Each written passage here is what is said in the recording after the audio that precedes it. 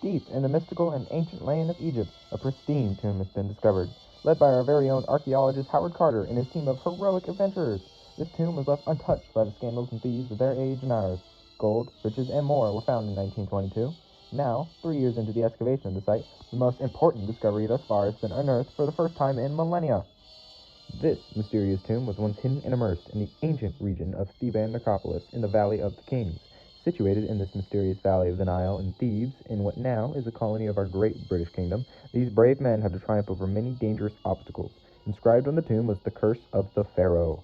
This curse is said to strike down any man, thief, and looter with bad luck. Tutankhamen's mummy is special because it is one of the best kept mummies around. Many mummies have been lost to time due to the valuable pigment that the corpses produce. Luckily, this wasn't all in vain, as it went on to create some of the greatest artwork that Britannia has ever produced. Aren't these browns just swell? See now, the delicate excavation with which the adventurers obtained the mummy.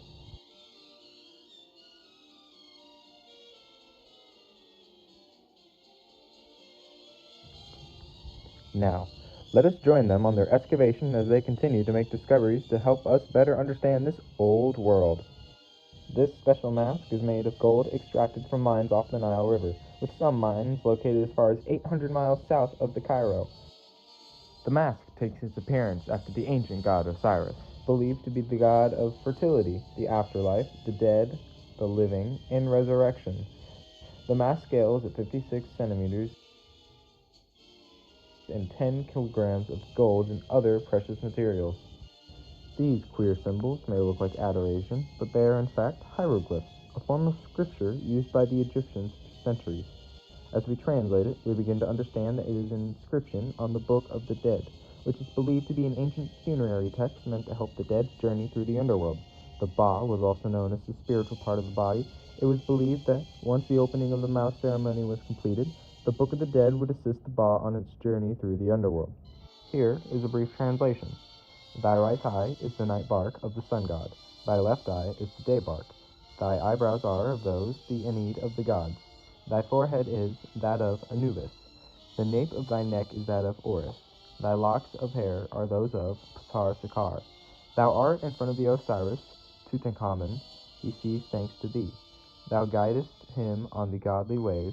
Thou smitest for him the confederates of Seth, so that he may overthrow thine enemies before the Ennead of the gods in the great castle of the prince, which is in the Heliopolis, the Osiris, the king of the Upper Egypt Nebkaperier. Tutankhamen's throne name, deceased, given life by Re. Tutankhamen dons a heroic Nemes headdress, marked by the insignia of the cobra goddess Wadjet of Lower Egypt and the insignia of the vulture goddess Nekhbet. Additionally, Tut's ears appear to be pierced, which, by Egyptian standards, means royalty. Lastly, it can be seen that this former pharaoh wore a postiche of lapis lazuli, a mark of the god of death Osiris. The thin beard was meant to represent sovereignty, and when, by using the very expensive material of lapis lazuli, it was meant to be associated with the god King Ra. These men have been an invaluable contribution to understanding this once great world.